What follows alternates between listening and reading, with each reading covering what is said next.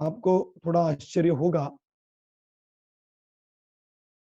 कि ये आपके सामने क्या दिखाई दे रहा है। देखिए, अभी जैसे जैसे आज और कल में आगे बढ़ेंगे, वैसे ये विषय और अधिक क्लियर होगा और खुलता जाएगा। कुछ कंसेप्ट्स मैं आपको आज क्लियर करने जा रहा हूँ, जिससे वो विषय आपको आज का और कल का बहुत बढ़िया समझ में आए। देखिए, ये आपके सामने दिखाई दे रहा है, ये लवण समुद्र का भाग है। लवण समुद्र मतलब क्या? ये मैंने उसका एक हिस्सा यहाँ पर बनाया हुआ है। ऐसे गोल राउंड लवण समुद्र होता है। और ये जो काला आपको दिखाई दे रहा है ना, ये काला है भूमिया। कौन कौन सी भूमिया? इस तरफ तो आपको जम्बू द्वीप है और इस तरफ धात की खंड द्वीप। इसके बीचों बीच यह समुद्र है। अब ये जो समुद्र है, यह लवण समुद्र, इनके तीन कंसेप्ट आप समझ लेना। ये जो लाइन दिखाई दे रही ना, इसको कहते हैं समतल भूमि। समतल भूमि मतलब क्या? कि जैसे जम्बू द्वीप की ये भूमि है, इस भूमि के समान लेवल पे लवण समुद्र का जो भाग है, उसको कहते हैं समतल भूमि। और उस समतल भूमि के नीचे ये जो आपको गहराई दिखाई दे रही ना, ये होगी उसकी नींव। और ये जो ऊपर दिखाई दे रहा है, ये है लवण समुद्र का जल। आप सोच रहे होंगे, ये तो पर्वत जैसे दिखाई दे रहा है और पंडित जी इसको जल बोल रहे हैं, हम कैसे माने? समझना, इसको समझने के लिए इतना ऊंचा बनाया हुआ है। जब हम इसको गोल रूप में देखेंगे तो उसकी ऊंचाई इतनी बड़ी नहीं होती, लेकिन पहले समझ में आए इसलिए मैंने थोड़ा ज्यादा ऊंचा बनाया। ठीक है? ये नीचे है इसकी नींव, ऊपर है ये समुद्र बढ़ा हुआ और दोनों तरफ घटते हुए कम होता जाता है। और बाउंड्री के पास, जिसको हमने पहले देखा था कि जम्बू द्वीप की जगती, इस जम्बू द्वीप की जगती के पास वह बिल्कुल जल लेवल हो जाता। अब इसको समतल भूमि से यदि उसको नीचे नींव में देखेंगे तो यह समंदर जम्बू द्वीप के पास जीरो है और फिर आगे बढ़ता बढ़ता बढ़ता बढ़ता सेंटर में आता है तो बिल्कुल 1000 योजन गहरा हो जाता है। यहां से यहां तक इसकी गहराई है, वह है 1000।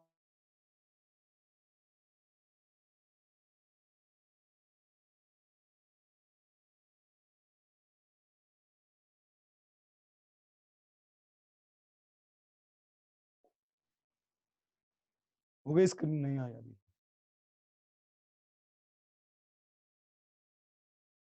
आज लगता है कुछ अंतराय कर्म सबका ज्यादा ही उदय में आ रहा है।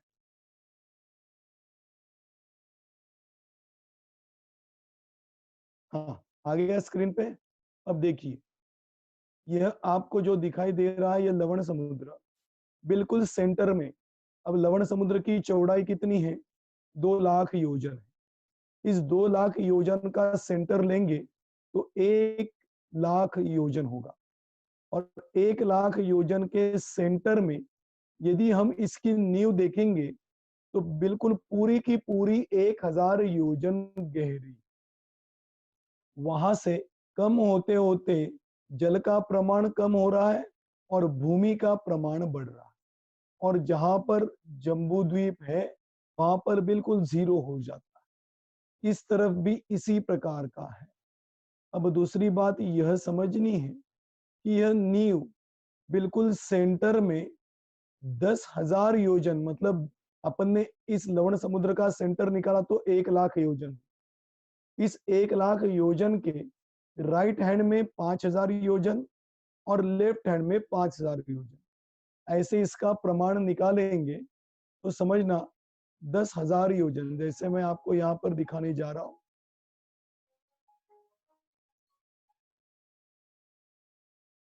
देखिए, ये जो आपको ये लाइन दिखाई दे रही है ना स्क्रीन पे, देखिए, ये है बिल्कुल 10,000 योजन चौड़ा। तो 10,000 योजन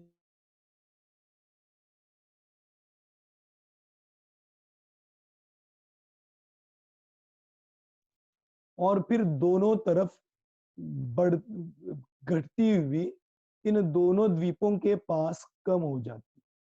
ऐसे लवण समुद्र के नीचे का नींव का प्रमाण। यहाँ पर जो लाइन दिखाई दे रही है ये समतल भूमि हुई। अब समतल भूमि के ऊपर लवण समुद्र जब देखते हैं तो लवण समुद्र के बारे में दो आचार्यों के दो मत हैं। वैसे तो तिलोय पन्नति में तो 3-4 आचार्यों का मत बताया है, लेकिन हम मुख्यतः से दो आचार्यों की चर्चा करेंगे, जो कि त्रिलोक सार के एक आचार्य है और तिलोय पन्नति के एक आचार्य है। इन दोनों आचार्यों का थोड़ा सा अलग मत है। प्रश्न यह उत्पन्न होता है कि दो अलग मत में से किस मत को हम सच्चा माने।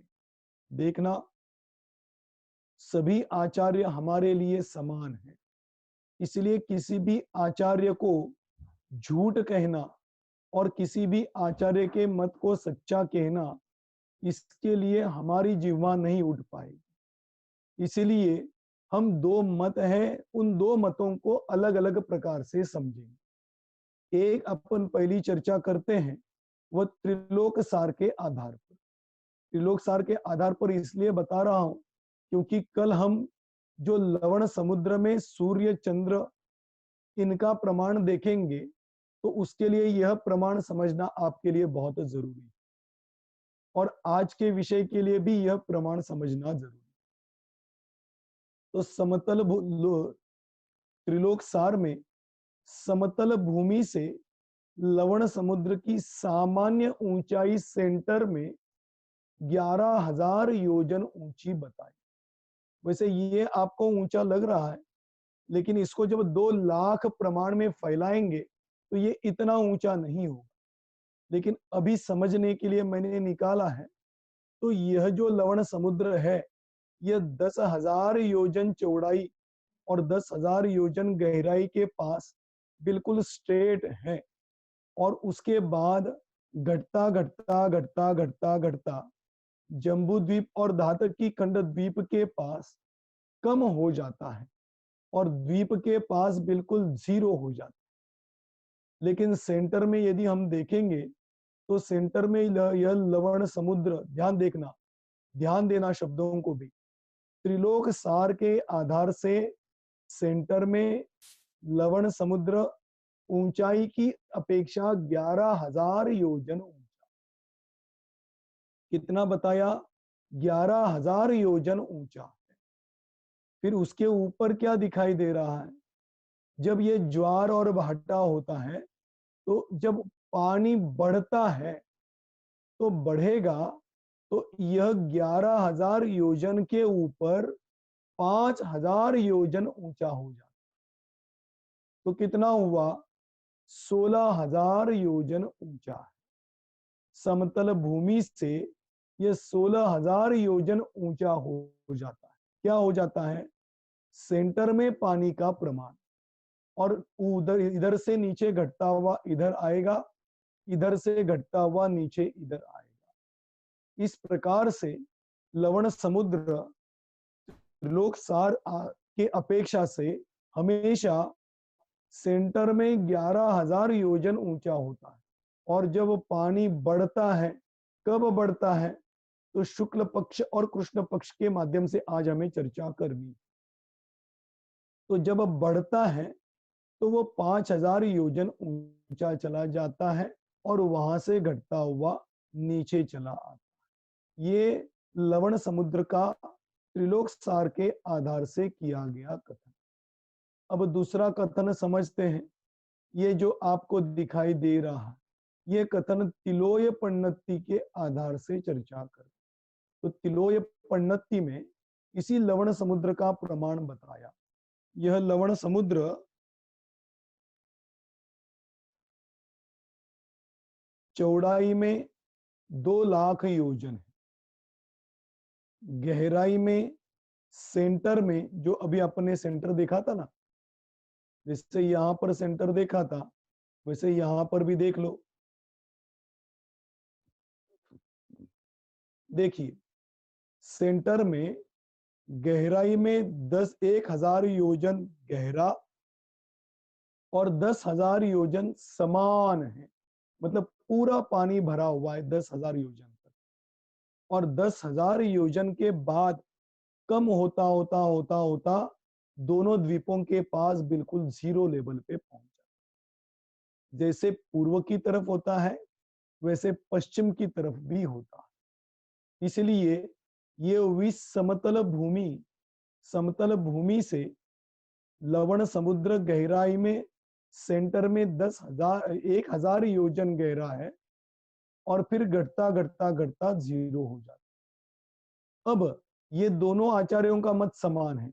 इसके आगे की जब अपन चर्चा करते हैं तो यहां से लेके यहां तक बीच में सेंटर में ऊंचाई की चर्चा करें तो यहां पर उन्होंने बताया 7,000 योजन ऊंचा हो। त्रिलोक सार में बताया 11,000 योजन ऊंचा होता है, लेकिन तिलोय पन्नति में बताया 7,000 योजन ऊंचा हो। और जब यह पानी बढ़ता है, शुक्ल पक्ष में पानी बढ़ता जाता है, और जब शुक्ल पक्ष का पूर्णिमा आएगी तब यह पानी सबसे ऊंची जगह पे पहुंचेगा, और यह पहुंचता है आधा योजन ऊंचा। यहां से समतल भूमि से हमेशा इस लवण समुद्र में सेंटर में ऊंचाई है 7,000 योजन, और उसके बाद ऊपर आधा योजन मात्र जल बढ़ता है। इसी को तिलोय पन्नति में धनुष के माध्यम से बताया, कोस के माध्यम से बताया। मतलब कैसे कि 2,000 धनुष का एक कोस हुआ और 4 कोस का एक योजन हुआ। तो पानी जब बढ़ता है तो 2 कोस बढ़ता है ऐसा कहो, 4,000 धनुष बढ़ा है ऐसा कहो, या आधा योजन बढ़ता है ऐसा, एक ही बात। तो यह ऊंचाई 7,000 योजन हुई, और जब पूर्णिमा आएगी तो शुक्ल पक्ष की पूर्णिमा के टाइम यह 2 कोस ऊंचा होता है और दोनों तरफ घटता हुआ अंत में जीरो हो जाता है। इस प्रकार से यह लवण समुद्र का प्रमाण बताया। आप सोच रहे होंगे ये मैंने क्यों बताया? क्योंकि लवण समुद्र का आकार ही ऐसा है। हम अक्सर देखते हैं तो जैसे तालाब में कहो या कुएं में कहो, पानी बिल्कुल जितना ऊपर होता है उतने ही प्रमाण में नीचे तल में भी होता है, लेकिन समुद्र का प्रमाण ऐसा नहीं। यह इसलिए बता रहा हूं, जब हम भोग भूमि के द्वीपों की चर्चा करेंगे, मतलब कुभोग भूमि के द्वीपों की चर्चा करेंगे, तो उसकी गहराई इसी आधार से बताएंगे, तो वहां पे उसकी चर्चा करेंगे। ये तो मैं आपको हिंट दे रहा हूं कि ये प्रमाण किस प्रकार का। इस प्रकार से यह लवण समुद्र का प्रमाण हो। आया सबको समझ में? ऐसे त्रिलोक सार में 11,000 योजन ऊंचा कायम स्वरूप में बताया, और तिलोय पन्नति में 7,000 योजन ऊंचा कायम स्वरूप में बताया। त्रिलोक सार में पूर्णिमा के समय में 5,000 योजन ऊंचा हो जाता है ऐसा बताया, और तिलोय पन्नति में 2 कोस ऊंचा होता है ऐसा बताया। इस प्रकार से यह लवण समुद्र का आकार होता है। अब इस लवण समुद्र में अपने को देखने हैं वह पातालों की चर्चा हमें अभी यहां पर करनी। पाताल की चर्चा देखिए,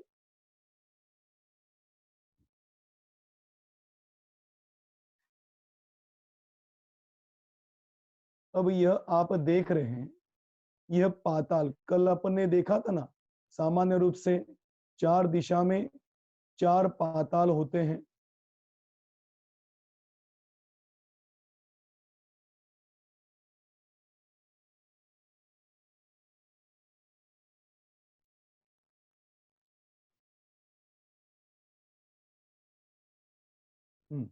देखिए, अभी यहां पर मैं आपको दिखा रहा हूं, ये तो अपने कल देखा था, एक सामान्य रूप से बताते हुए आगे बढ़ेंगे। देखिए, ये है लवण समुद्र, ये बीच में दिखाई दे रहा है ये जम्बू द्वीप। इस जम्बू द्वीप के लवण समुद्र में 4 दिशाओं में 4 पाताल होते हैं।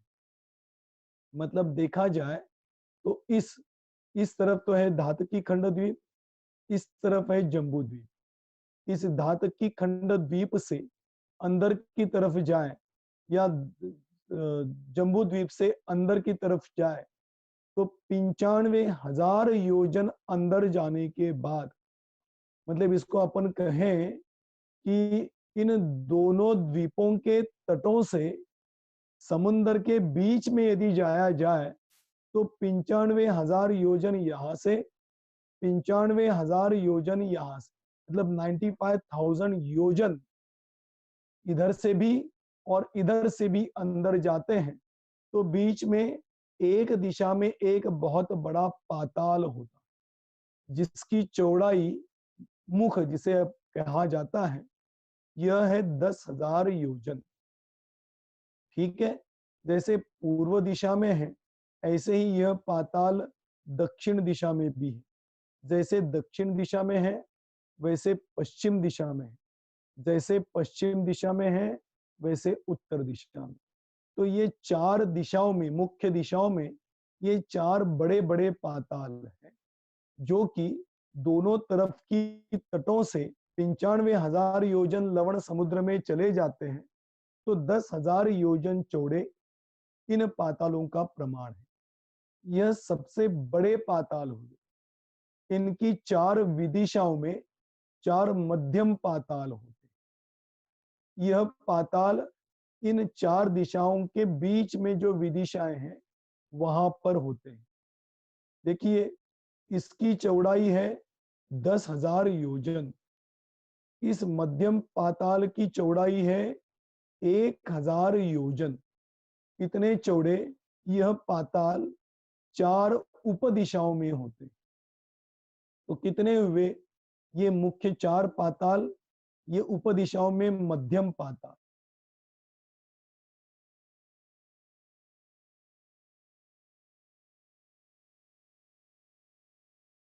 तुम्हें कौन फोन करते बड़े अड़चन काय त्याच्यावर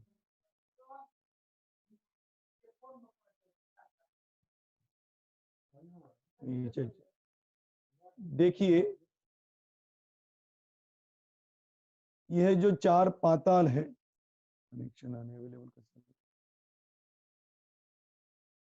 मुख्य दिशा में 4 पाताल, उपदिशाओं में 4 मध्यम पाताल और मध्यम पाताल और बड़े पाताल इनके बीच में छोटे छोटे छोटे पाताल होते हैं जिनका मुख है 100 योजन, बड़ा 10 योजन, मध्यम 1,000 योजन और छोटे हैं वे 100 योजन के होते हैं। कल मैंने बताते समय एक बात थोड़ी सी गड़बड़ हो गई थी, वो मैं अभी आपको यहाँ पर बताऊं। कल मैंने आपको बताया था कि ये 1,000 पाताल होते हैं। वास्तव में ये छोटे पाताल तो 1,000 होते हैं और बड़ा और मध्यम पाताल जो है ये 8। ऐसे कुल मिला के लवण समुद्र के अंदर 1,008 पाताल होते। आया समझ में? बड़े 4, मध्यम 4 और इसके बीच में होने वाले 1,000 पाताल। अब इस प्रकार से 1,008 पातालों का आकार इस लवण समुद्र में होता है। ऐसे इन पातालों का क्षेत्र लवण समुद्र में हमने बताया। अब इन पातालों का कार्य क्या है उसके बारे में अभी अपन यहाँ पर चर्चा करने जाएंगे। इसलिए उस पाताल का स्वरूप पहले समझे कि पाताल कैसे हैं। देखिए, ये अभी अपन आपके स्क्रीन पे आ रहा है, यह है सबसे बड़ा पाताल। यह जो पाताल है, यह पाताल ऊंचाई में 1,00,000 योजन ऊंचा होता, चौड़ाई में 1,00,000 योजन चौड़ा होता है। ठीक है, 1,00,000 योजन ऊंचा, 1,00,000 योजन चौड़ा। और इसकी भित्ति, भित्ति मतलब इसकी चौड़ाई मतलब ये जो कलश जैसा आकार है ना, इस कलश जैसे आकार के थिकनेस, वो थिकनेस है 500 योजन चौड़ा। और वो जो थिकनेस है वह है वज्र से बनी हुई। मतलब इस पातालों का जो मोटाई कहो, इन पातालों के लेयर की मोटाई कहो, यह मोटाई 500 योजन चौड़ी और वज्र से बनी हुई है। ऐसे यह 1 लाख योजन के ये पाताल, इन पातालों को 3 भागों में विभाजित किया। 3 भागों में इसलिए विभाजित किया क्योंकि ये पाताल 3 प्रकार से भरे हुए। एक भाग जल से भरा हुआ है, एक भाग जल और वायु से भरा हुआ है, और एक भाग पूर्ण रूप से वायु से भरा हुआ है। मतलब नीचे वाला जो भाग है वो पूर्ण रूप से वायु से भरा हुआ है, बीच वाला भाग है यह जल और वायु से भरा हुआ है, और ऊपर का भाग सिर्फ जल से भरा हुआ। इसका प्रमाण है 1 लाख योजन को हम 3 से डिवाइड करें, भाग दें, तो यहाँ पर 33,333.33 क्या बताया? 33,333.33, 30 कहो 33 कहो, इतनी तो है इस ऊपर के भाग की ऊंचाई। मतलब पाताल के 3 भाग किए, एक भाग का प्रमाण है 33,333.33, इतनी इसकी ऊंचाई। जितनी एक की ऊंचाई है उतनी ही दूसरे की भी ऊंचाई है, उतनी ही तीसरे की भी ऊंचाई है। ऐसे 1 लाख योजन पाताल को 3 भागों में विभाजित किया, और उन 3 भागों में अलग अलग प्रकार से भरा हुआ वस्तुएं कहो या पदार्थ कहो। तो ये नीचे वाला जो 33,333 वाला भाग है, इसमें पूरा वायु भरा हुआ है। बीच वाला जो है वो जल और वायु से भरा हुआ है, और ऊपर का है वो पूर्ण रूप से जल से भरा हुआ है। आपको प्रश्न उत्पन्न हुआ होगा कि ये कैसे संभव है? नीचे की वायु पे जल कैसे टिकेगा? वो वायु के अंदर नहीं चला जाएगा। देखिए, जैसे जल में प्रेशर होता है ना, वैसे ही वायु में भी प्रेशर होता है। इसके लिए सबसे बढ़िया आपको उदाहरण आपके किचन का मिलेगा। आपने प्रेशर कुकर तो देखा है ना, रोज सुबह लगाते हैं आप किचन में, उसमें चावल आदि बनाते हैं। उसके ऊपर एक सीटी होती है, वो सीटी तो लोहे की होती है, स्टील की होती है, लेकिन वो सीटी, उसके अंदर जब हवा का प्रेशर बढ़ता है तो वह हवा का प्रेशर उस सीटी को ऊपर धकेलता है और बाहर आ जाता है। इसका मतलब जब वायु का प्रेशर हो तो वो प्रेशर लोहे को भी उठा लेता है। इसी प्रकार से यह वायु इतना प्रेशर से भरा हुआ है। तो प्रश्न यह है कि किसने भरा? इसीलिए हमारे भगवान कहते हैं कि इस दुनिया की किसी भी वस्तु को किसी ने भी नहीं बनाया, ये सब वस्तुएं स्वयं निर्मित बनती हैं। यह जीव तो इस वस्तु को करने का, धरने का, बनाने का मात्र व्यर्थ का विकल्प मन में धारण करता है, और अंतरंग में मिथ्या मान्यता ये धारण करता है कि मैंने बनाया। अब मैं पूछता हूं, ये जो पाताल आपको स्क्रीन पे दिखाई दे रहा है, ये स्क्रीन पे दिखाई देने के लिए ये चित्र किसने बनाया? मैंने यदि कहा कि मैंने बनाया तो ये मेरी मिथ्या मान्यता है। ऐसी जिनवाणी कहती है, ऐसा समय सार कहता है, क्योंकि ये चित्र बनना था इसीलिए बना। मैंने बनाया, यह मेरा व्यर्थ का कर्तव्य भाव है। यही कर्ता कर्म अधिकार में समय सार में बताया है। चलो ठीक है, वो प्रकरण वहां पे जब देखेंगे तो विस्तार से देखेंगे।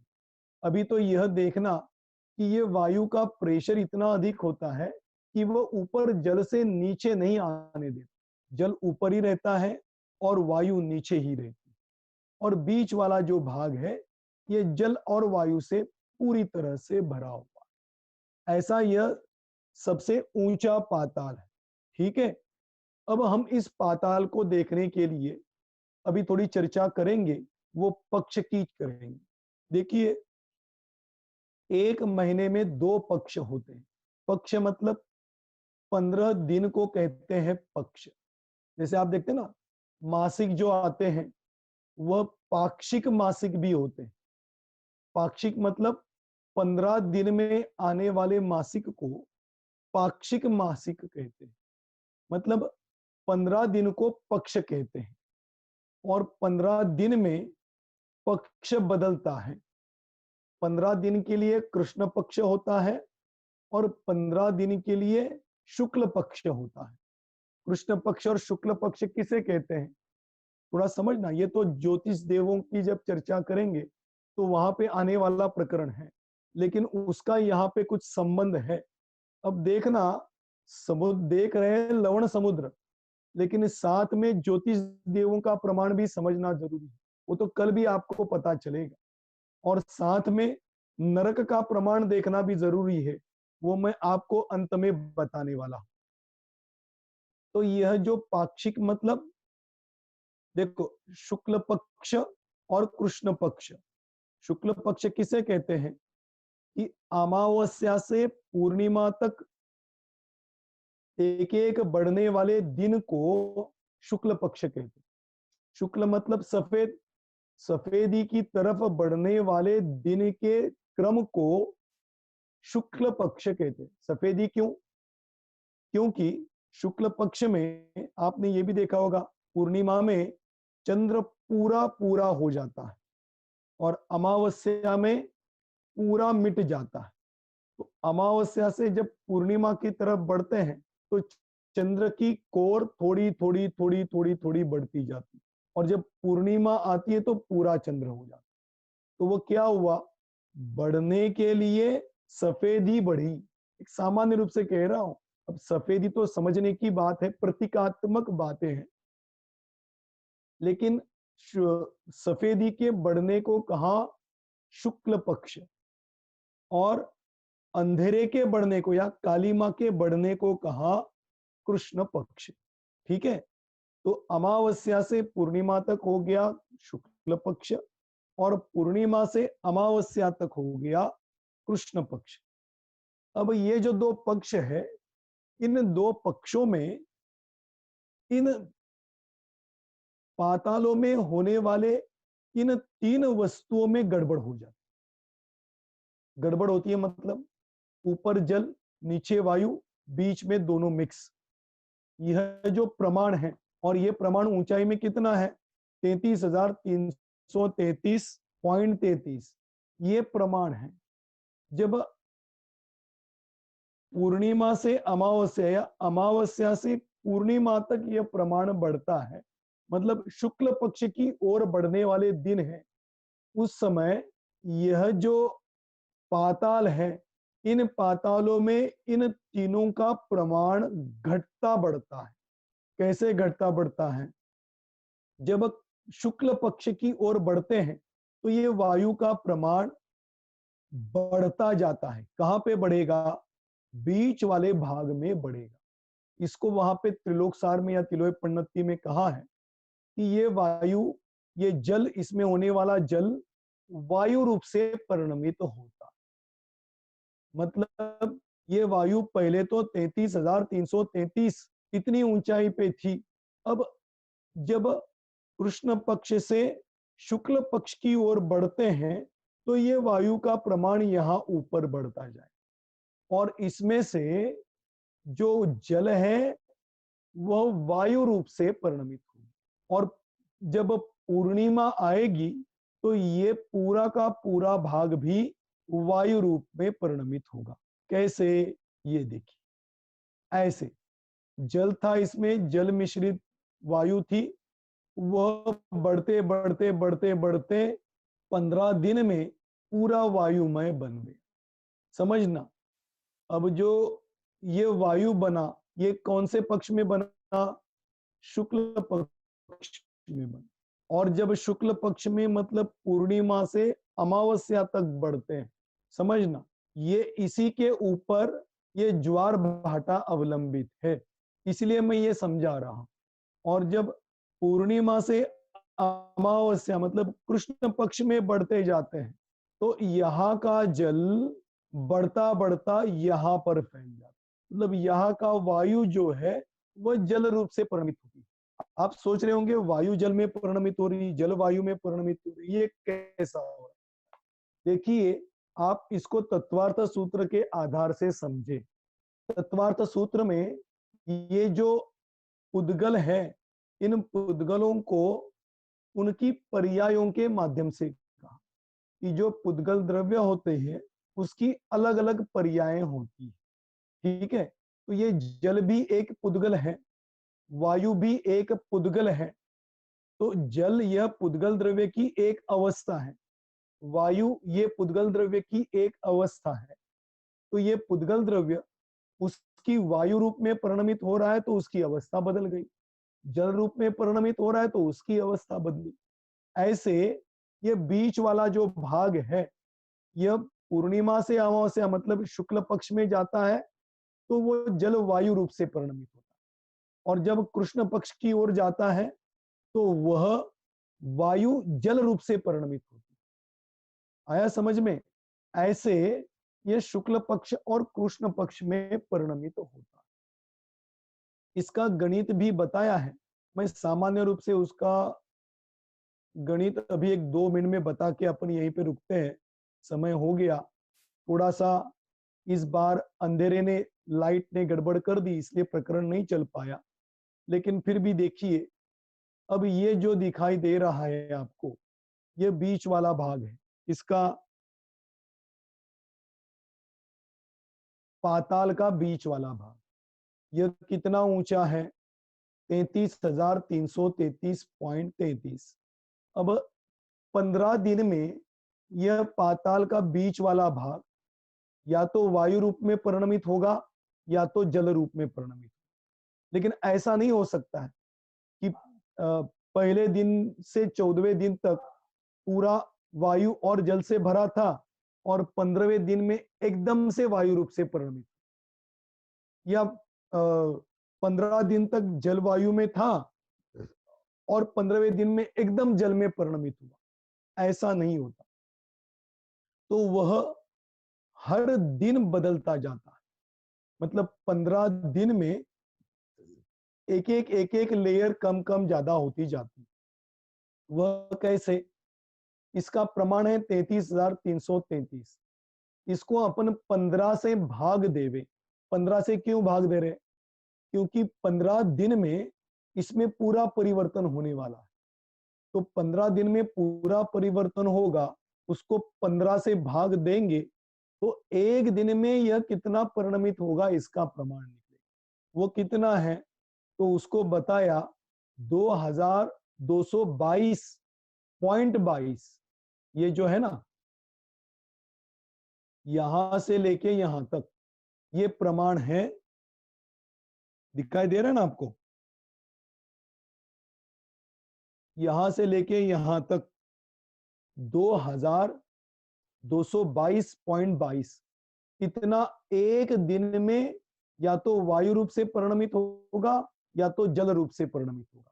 यदि शुक्ल पक्ष होगा तो वायु रूप से परिणमित होगा, कृष्ण पक्ष होगा तो जल रूप से परिणमित होगा। ऐसे एक दिन में 2222.22 योजन परिणमित होता है, और क्रम से बढ़ते बढ़ते 15 दिन तक या तो वो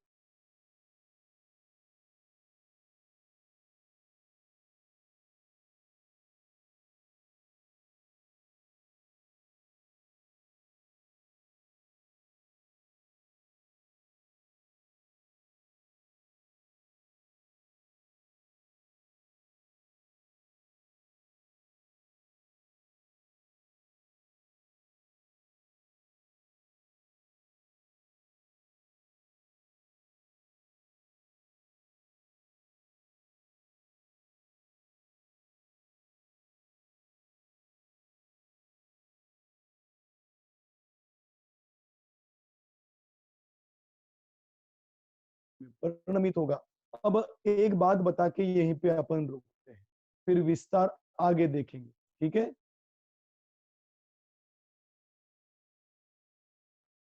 जब यह बीच वाला भाग वायु रूप से परिणमित होगा तो वह वायु ऊपर वाले जल को ऊपर धकेल देती है। मतलब क्या, देखिए, ये जब अपना ये वायु बढ़ते हुए यहां तक आई तो इस जल को ऊपर धकेलती, और जब ऊपर धकेलेगी तो ऊपर समुद्र वाला जो जल है वह ऊंचा हो जाए। आ गया समझ में? तो ये जैसे जैसे दिन जाएंगे उतने प्रमाण में नीचे से वायु बढ़ती जाएगी और ऊपर समुद्र का जल भी बढ़ता जाए, वो भी प्रतिदिन बढ़ता है। अब उसका भी प्रमाण है, उसकी चर्चा कल करेंगे। और जब कृष्ण पक्ष में यह जल बढ़ता जाएगा तो ऊपर घटते घटते घटते घटते अमावस्या तक बीच वाले लेवल पे आ जाए, ठीक है। अब इस प्रकार से यह ज्वार भाटे का प्रमाण इन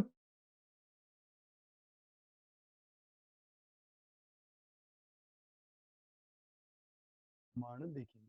चलिए, इतना कह के मैं आज का यही विषय समाप्त करता हूं। यदि किसी को प्रश्न हो तो कल पूछना, आज समय हो गया है, अभी प्रवचन का समय हुआ। हाँ, अब ऐसा आवाज आ रही है? आ रही है। हाँ वैसे कल्पना बहन जी अभी 8:05 पे जुड़ेंगी, तो अपन हाँ, प्रश्नोत्तर का रख सकते हैं। अभी अपन पास 10 मिनट हैं पूरे। चलो ठीक है, तो बहुत बढ़िया। जी। हाँ, चलिए, किसी को प्रश्न पूछना हो तो पूछिए। जय जिनेन्द्र पंडित जी। जय जिनेन्द्र, बोलिए। पंडित जी, छोटे बड़े जितने पाताल है, सबसे छोटे से छोटा जो पाताल है, क्या उसकी बाउंड्री वज्रमय ही होती है? बिल्कुल, तीनों पातालों की बाउंड्री वज्रमयी है। जी जी, जय जिनेन्द्र। जय जिनेन्द्र। आगे। जय जिनेन्द्र पंडित जी। जय जिनेन्द्र, बोलिए। हाँ, मेरा एक प्रश्न तो ये है कि जो 1008 पाताल है, हाँ, उनमें सब में यह प्रक्रिया कम ज्यादा वायु और जल की एक साथ होती है? बिल्कुल एक साथ होती है। हाँ। और सेकंड प्रश्न मेरा यह कि जो डेली समुद्र के पानी में कम ज्यादा उतार चढ़ाव आता है, वो किस कारण से आता है? इसमें लवण समुद्र की बात कर रहे डेली कि समुद्र का पानी मतलब किनारों से कम होता है और ज्यादा होता है ना, बीचेस पे हम देखते हैं। हाँ, तो ये इसके बारे में मैं नहीं बता पाऊंगा। क्यों नहीं बता पाऊंगा? क्योंकि अपने समुद्र के नीचे पाताल है कि नहीं मालूम ही नहीं। अच्छा, तो लेकिन ये बात है, इसका संबंध अभी मैं कल वो बताने वाला हूँ। इसका संबंध अपन चंद्र और सूर्य से लगा सकते हैं, जो कि साइंटिस्ट लोग बताते हैं कि कृष्ण मतलब जो पक्ष में। साइंटिस्ट का कारण है वही मानेंगे अपन? नहीं, वो नहीं मानेंगे अपन। तो जब लवण समुद्र में चर्चा करेंगे तो हम तो त्रिलोक सार के आधार से मानेंगे। अच्छा अच्छा, ठीक है ठीक है, मतलब ठीक है आगे ना? चर्चा आएगी ये, मतलब। आएगी आएगी आएगी। हाँ, ठीक है, ठीक है, और धन्यवाद। पूछे किसी को प्रश्न। जय जिनेन्द्र। नहीं करा मैंने। हाँ, पूछिए अगला प्रश्न। जय जिनेन्द्र पंडित जी। जय जिनेन्द्र।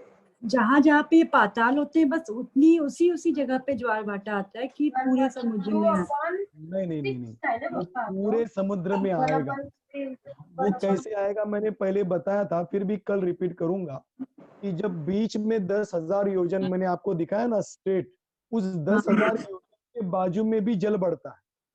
अच्छा। और घटता है तो वहां से भी घटता है। और ये पाताल जो है वो नरक लोक का ही हिस्सा हो गया क्या? जैसे नरक को पाताल भी बोलते। मेरे को आज वो सब बताना था लेकिन नहीं बता पाया।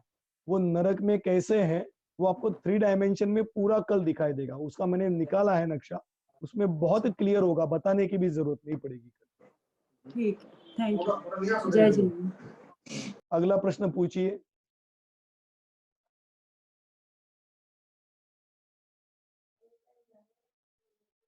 हाँ, पूछिए। है किसी को प्रश्न?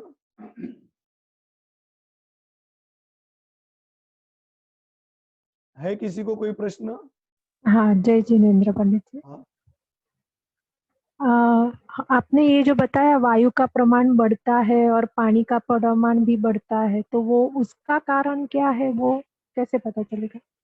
उसका प्रमाण तो मैंने बताया ना, कारण तो ये है कि पातालों में वो वायु बढ़ती है तो वायु प्रेशर से ऊपर आएगी तो जल ऊपर जाता है, और जब वो वायु कम होती है तो जल नीचे आता है तो अपने आप वो प्रमाण नीचे भी आएगा। हाँ, तो वो वायु का प्रेशर क्यों बढ़ता है वो ऐसा है, त्रिलोक सार में ये बताया कि वो स्वयं की उसकी योग्यता है कि जब वह शुक्ल पक्ष शुरू होता है और कृष्ण पक्ष शुरू होता है तो अपने आप उसका घटना बढ़ना नैसर्गिक है, प्राकृतिक है, तो उसको कोई बढ़ाता नहीं, कोई घटाता नहीं। बराबर। जय जी। ठीक है ना, जय जिनेन्द्र। और पूछिए। भाई साहब YouTube से एक प्रश्न है। हाँ विमला जैन जी ने प्रश्न पूछा है, हाँ जब हाँ यह वायु और जल रूप होगा तो हाँ। जल भाग में कुछ घटबढ़ होगा क्या? जल भाग में ऊपर के जो दो भाग है ना, ऊपर का पहला भाग तो जल में है, बीच वाले भाग में जल बढ़ेगा तो वो जो ऊपर चढ़ा हुआ जल था ना, मतलब 11,000 से 16,000 तक पहुंचा था, वो घटते घटते नीचे फिर 11,000 पे आए। हाँ हाँ मतलब समुद्र के ऊपर का जो तल है, समभूमि, समभूमि से 11,000 ऊंचा, और 11,000 से जब शुक्ल पक्ष बढ़ता जाएगा तो वो 11,000 से डायरेक्ट 16,000 तक पहुंचता है पूर्णिमा के दिन। तो जब वह वायु जल रूप में परिणमित होगी पातालों में तो वो बढ़ा हुआ जल घटते घटते घटते फिर 11,000 तक पहुंचे। इतना हो सकता है। ठीक है जी जी जी। पंडित जी, लवण समुद्र का जल बीच में ऊंचा कैसे है? मतलब कोई सपोर्ट नहीं है, या तो नीचे की भूमि में कुछ ऐसा है? पानी तो हमेशा ये प्रश्न उठना पहले ही था, ऐसा मेरी अपेक्षा थी, क्योंकि मैंने जो दिखाया है बहुत ऊंचा दिखाया है। अभी कल आपको जो मैं 3 डायमेंशन में दिखाऊंगा ना, तो वो इतना ऊंचा नहीं है, इसलिए इतना प्रमाण तो अपने समुद्र में भी घटता बढ़ता रहता है। थोड़ा बीच में पानी बढ़ता भी है और थोड़ा घटता भी है, लेकिन जो छोटे प्रमाण में दिखाया ना तो ऊंचाई आपको ज्यादा दिखाई दी। इसलिए ऐसा लगता है कि इतना ऊंचा पानी कैसे टिकेगा, दोनों तरफ बहना चाहिए, लेकिन ऐसा नहीं होता है। वो आपको कल दिखाऊंगा तो समझ में आएगा। और दूसरी बात है, ये तो प्राकृतिक कार्य है, वो क्यों ऊंचा होता है इसको नहीं बता सकते, ऊंचाई में कैसे टिकेगा ये भी नहीं बता सकते। वो होता है, ये प्रमाण त्रिलोक सार में बताया, तिलोक पंडिती में आचार्यों ने बताया, उसको हमें एक्सेप्ट मतलब समझना है। ठीक है, चलिए, मेरे अंदर से सबके प्रश्न खत्म हो गए होंगे, और भी होंगे तो कल के लिए बचा के रखना, कल अपन उसकी चर्चा करेंगे। आज अपन यहीं पे विराम लेते हैं। जय बोलो महावीर भगवान की जय। हाँ, सभी को सादर जय जिनेन्द्र। आदरणीय विक्रांत जी भाई साहब की हमारी क्लास सुन रहे थे। ये आपको जानकारी तो होगी, फिर भी बता दूं कि जो क्लास भाई साहब के चल रही हैं वो सर्वोदय अहिंसा का जो YouTube चैनल है उस पर ये बराबर अपलोड होती हैं। तो अगर आपको कोई पिछली कक्षा देखनी हो, सुननी हो, तो आप वहां पर जाकर इनको सुन सकते हैं। और हमने जम्बू द्वीप के नाम से 2 ग्रुप बना रखे हैं, उनमें भी आप अपना मैसेज करेंगे तो वो अगले दिन भाई साहब उसका उत्तर क्लास में दे देते हैं। अभी हमारे बीच में आदरणीय विदुषी बहन जी, ब्रह्मचारिणी कल्पना बहन जी जो है पर्व क्या है इस विषय पर अपनी चर्चा प्रारंभ करेंगी। बहन जुड़ रही हैं।